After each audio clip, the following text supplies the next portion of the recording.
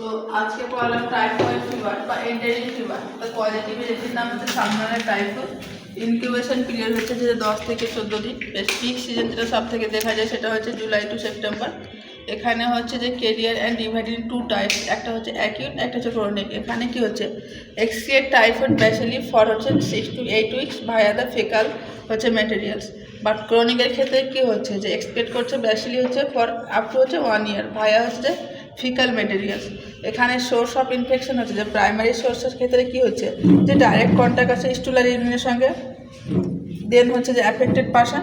আর secondary ক্ষেত্রে কি হচ্ছে যে কি ওয়াটার বা মিল্ক বা ফুড হচ্ছে কন্টামিনেটেড হচ্ছে বাই হচ্ছে faecal material of the affected person.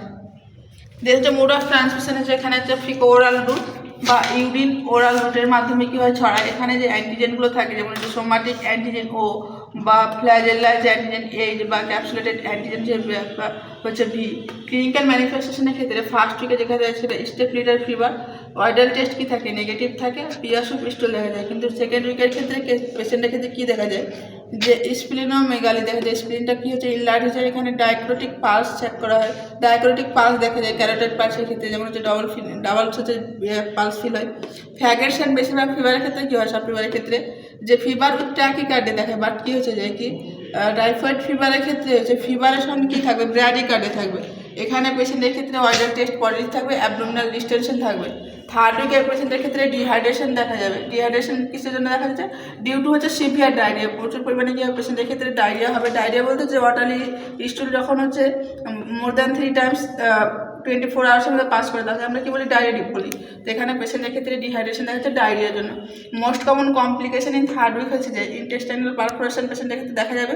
Diagnosis test করলে আমরা ফার্স্টে আমরা উইকে যখন টেস্ট করবো তখন কী করতে হবে আমাদের ব্লাড কালচার, কারণ কী হচ্ছে ফার্স্ট উইকে কিন্তু ওয়াইডাল টেস্ট হচ্ছে নেগেটিভ আসে।